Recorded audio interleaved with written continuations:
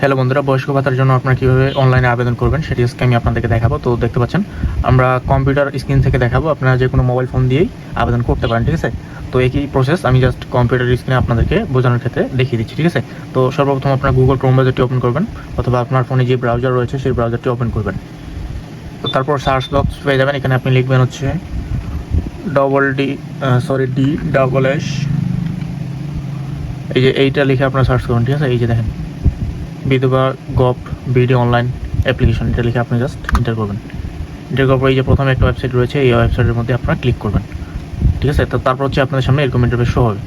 তো আপনি এখন এখানে নতুন আবেদনকারীর তথ্য, আপনি কি আসলে কী ধরনের আবেদন করতে যাচ্ছেন, এই খালি করে ক্লিক করলে আপনি দেখতে পাবেন এখানে আপনি আসলে বয়স্ক ভাতার জন্য আবেদন করতে যাচ্ছেন নাকি বিধবা ভাতার জন্য, এখানে আপনি দেখতে পাবেন, ঠিক আছে। তো আমি সে একই প্রসেস, আমি বয়স্ক ভাতার জন্য আবেদন করব। এখানে নিচে দেখতে পাচ্ছেন বয়স্ক ভাতা, এখানে ক্লিক করব, ঠিক আছে।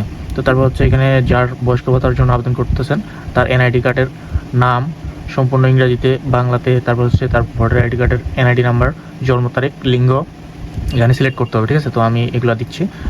তো আপনার সুন্দর করে এনআইডি কার্ড দেখে দেখে এগুলা পূরণ করবেন। তো তো বন্ধুরা, সকল তথ্য এখানে পূরণ করার পর আপনারা দেখতে পাচ্ছেন এখানে একটা যোগফল আপনাদেরকে দিতে হবে। 28 যোগ 7 সমান সমান কত হয়, এখানে আপনি যোগ করে এই উত্তরটা দিয়ে দেবেন। তো তারপর হচ্ছে আপনি যে দেখেন এখানে লেখা রয়েছে জাতীয় পরিচয়পত্র যাচাই করুন, এখানে ক্লিক করবেন। এখানে ক্লিক করার পর আপনারা জাস্ট একটু ওয়েট করবেন। এই যে দেখেন এখানে সবুজ লেখা উঠেছে, মানে আমাদের এনআইডি কার্ডটি যাচাইকরণ হয়ে গেছে। তো তারপর হচ্ছে এখানে ছবি দিতে হবে, যার আবেদন করতেছেন তার ছবি, তার স্বাক্ষর 200 কেবির নিচে, ঠিক আছে। তো তারপর হচ্ছে তার পিতার নাম, মাতার নাম ইংরেজিতে, বাংলায়, তারপর হচ্ছে মোবাইল নাম্বার, বৈবাহিক অবস্থা, ধর্ম, এগুলো আপনারা যারা একটু শিক্ষিত আছেন তারা অবশ্যই এগুলো পূরণ করতে পারবেন।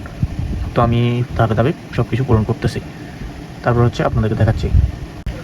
তো এখানে দেখেন স্বাস্থ্যগত কর্মদক্ষতা, যিনি আবেদন করতে চাচ্ছেন বয়স্ক ভাতার জন্য উনি কি কাজকর্ম পারে কিনা বা কাজকর্ম করতে সক্ষম কিনা।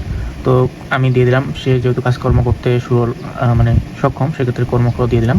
তারপর এখানে লেখা রয়েছে কোনো সরকারি বেসরকারি ভাতাপ্রাপ্ত কোনো সুবিধা পান কিনা, কোনো সুবিধা গ্রহণ করেন না, ঠিক আছে। তো এখানে ভূমির পরিমাণ, উনি যেহেতু জমি কম, সেক্ষেত্রে এখানে সর্বোচ্চ এটাই রয়েছে, এটা দিয়ে দিব। তারপর বাসস্থান নিজস্ব কিনা, উনি কি ভাড়া বাসায় থাকে অন্যান্য, নাকি হচ্ছে নিজস্ব বাসা। তো নিজস্ব বাসা, তার এখানে বার্ষিক আয় অবশ্যই সে যেহেতু একটু মধ্য ফ্যামিলির, সেক্ষেত্রে আমরা 36,000 থেকে 48,000 দিয়ে দেবো। তারপর হচ্ছে এখানে গত মাসে কোনো সামাজিক কর্মসূচির আওতায় সহায়তা পেয়েছেন কিনা, কোনো পাননি, না দিয়ে দিও। তারপর হচ্ছে এখানে ব্যাংকের তথ্য, অবশ্যই আপনি যদি বিকাশ, নগদ অ্যাকাউন্ট এগুলো যোগ করতে চান সেক্ষেত্রে দ্বিতীয় অপশনটি সিলেক্ট করবেন। তো তারপর হচ্ছে অ্যাকাউন্টের মালিকানা নিজস্ব, যার নামে বিকাশ নগদ অ্যাকাউন্ট রয়েছে তার নাকি তার পরিবারের সদস্যের, অবশ্যই তার সিম দিয়ে যেহেতু ওঠানো হয়েছে সিমটি, তারপরে আইডি কার্ড দিয়ে সিমটি ওঠানো হয়েছে এবং তার ভোটার আইডি কার্ড দিয়ে অ্যাকাউন্টটি খোলা হয়েছে, নগদ অ্যাকাউন্ট। সেক্ষেত্রে আমরা ডান পাশে ক্লিক করে এখানে নগদ অ্যাকাউন্ট সিলেক্ট করে দেবো। তারপর হচ্ছে তার নগদ অ্যাকাউন্টের মোবাইল নাম্বার, তারপর হচ্ছে তার নাম, এখন মোবাইল নাম্বারটা দিব, তারপর হচ্ছে নামটা দেবো। এখানে লেখা রয়েছে ইমেল যদি থাকে, তো আমাদের ইমেল নাই, সেক্ষেত্রে আমরা এটা ফাঁকা রেখে দেবো। তো তারপর হচ্ছে আপনি এখানে কোনো নমিনি অ্যাড করতে চাচ্ছেন নাকি, তো আমি হচ্ছে অবশ্যই নমিনি অ্যাড করবো। সেক্ষেত্রে আমরা এখন নমিনির সকল তথ্য এখানে দিয়ে দেবো। অবশ্যই জাতীয় পরিচয়পত্র এখানে সিলেক্ট করবো। তারপর নমিনির নাম, অবশ্যই ভোটার আইডি কার্ড লাগবে নমিনির, সেখান থেকে হুবহু নমিনির হচ্ছে এখানে নাম সম্পূর্ণ বাংলায়, এখানে ইংরাজিতে, নমিনির এনআইডি কার্ডের নাম্বারটা, জন্ম তারিখ দিয়ে আমাদেরকে এই ফাঁকা ঘরগুলো পূরণ করতে হবে, ঠিক আছে। তো আমি একদম ফিল আপ করতেছি। তো পূরণ করা হয়ে গেলে আমরা যাচাই পদ্ধতি এখানে ক্লিক করব। তারপর এটা আমাদের সবুজ হয়ে গেছে, তার মানে যাচাইকরণ সম্পূর্ণ হয়ে গেছে। এখন নমিনির এখানে ছবি এবং সিগনেচার দিতে হবে, ঠিক আছে। তো আমি ছবি এবং সিগনেচার অ্যাড করার পর এখানে অন্যান্য যে যোগ্যতাগুলো চাচ্ছে, আপনি কোনো নিগোষ্ঠী কিনা, ক্ষুদ্র নিগোষ্ঠী না, আমি সেক্ষেত্রে না দিয়ে দিব। কার্ডের বসত বাড়ি সে অবশিষ্ট, কোথায় অবশিষ্ট, আমাদেরটা হচ্ছে অবশ্যই আমরা যেহেতু ইউনিয়ন পড়লি সেক্ষেত্রে ইউনিয়নের এখানে দিয়ে দেবো। তারপর হচ্ছে ভূমির বসত বাড়ির মালিকানার ধরন নিজস্ব, অবশ্যই আপনি হচ্ছে নিজস্ব দেবেন, কারণ হচ্ছে এখন তো সবাই নিজের একটা ঘর রয়েছে, সেক্ষেত্রে দিয়ে দেবেন। খানার সদস্যের সংখ্যা, ওই পরিবারে কতজন সদস্য রয়েছে দিয়ে দেবো, 10 জন দিয়ে দিলাম, যৌথ ফ্যামিলি। খানার শিশু সংখ্যা কত, অবশ্যই শিশু রয়েছে 4 জন।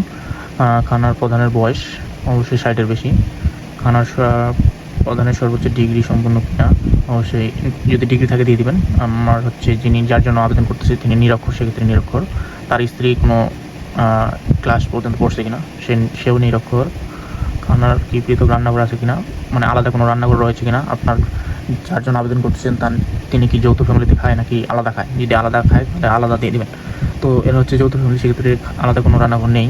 খানার কোনো পৃথক কক্ষ রয়েছে কিনা, খাবার কক্ষ নেই, সেক্ষেত্রে না দিয়ে দেবো। আপনার যদি থাকে অবশ্যই হ্যাঁ দিয়ে দেবেন। তারপর হচ্ছে খানার প্রধানের বসত বাড়ির ফ্লোর কী দিয়ে তৈরি, কী দিয়ে অবশ্যই এটা দিয়ে দেবেন। তার হচ্ছে মাটি দিয়ে তৈরি, সেই মাটির ঘরে বসবাস করে, সেক্ষেত্রে মাটি। তো তারপর হচ্ছে খানার প্রধানের ছাদ কী দিয়ে তৈরি, টিন কাঠ। আপনার যদি বাঁশঘর থাকে অবশ্যই বাঁশঘর দিয়ে দেবেন। অবশ্যই আমাদেরটা হচ্ছে টিন খাট, সেক্ষেত্রে টিন কাঠ দিয়ে দেবো। খানার প্রধানের ঘরের দল কী দিয়ে তৈরি, অবশ্যই এটা হচ্ছে মাটির তৈরি, সেক্ষেত্রে মাটির। খানার খাবারের উৎস কী, অবশ্যই এটা টিউবওয়েলের পানি আমরা খাই, মানে যার জন্য আবেদন করতেছি। রান্নার জ্বালানির প্রধান উৎস কী, অবশ্যই এটা হচ্ছে কাঠ, খড়ি, লাকড়ি। সে যার আবেদন করতেছি সে হচ্ছে মানে মাটির চুলা রান্না করে খায়।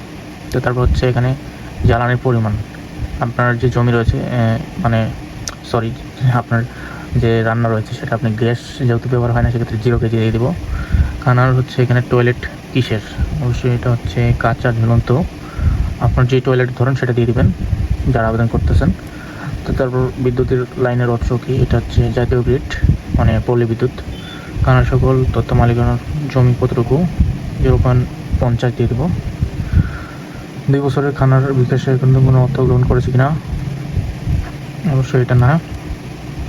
খানার কৃষি শ্রমিক নিয়োজিত আছে কিনা, মানে কৃষিখাতে আপনার কেউ পরিবারের জড়িত আছে কিনা সেটা দিয়ে দিবেন। অবশ্যই আমাদের হচ্ছে কৃষিখাতে শ্রম, মানে মাঠে ঘাটে কাজ করে। তারপর হচ্ছে আপনার কৃষিকাজে কত কেজি ডিজেল ইউজ করা হয় মাসে, এখানে আনুমানিক দিয়ে দিলাম 1 থেকে 5। খানার সম্পূর্ণ এখানে বলতেছে মালিকানার, আপনার বাসায় কী কী রয়েছে, মোবাইল ফোন রয়েছে অবশ্যই। তারপর হচ্ছে এখানে অবশ্যই টিউবওয়েল রয়েছে। তারপর হচ্ছে সাইকেল রয়েছে, বৈদ্যুতিক পাখা অবশ্যই রয়েছে। তারপরে হচ্ছে আপনার যেগুলো রয়েছে এগুলো দিয়ে দেবেন, ঠিক আছে। তারপর হচ্ছে এখানে বলতেছে আপনাদের ঘরের সংখ্যা কয়টি, ঘরের সংখ্যা 4টি, ঠিক আছে। সকল প্রকার ডকুমেন্টস ফিল আপ করার পর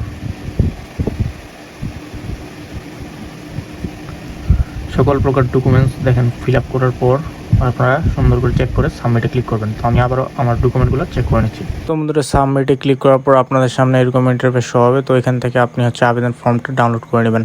তো আবেদন ফর্ম ডাউনলোড করার পর কী কী জমা দিতে হবে আপনারা দেখতে পাচ্ছেন। এইগুলো নিয়ে আপনি এই কাগজগুলা সুন্দর করে আপনারা কম্পিউটারের দোকানে গিয়ে ফটোকপি করে আপনারা সুন্দর করে আপনার সমাজসেবা, আপনার উপজেলার যে সমাজসেবা অধিদপ্তর রয়েছে সেখানে গিয়ে জমা দিয়ে আসবেন।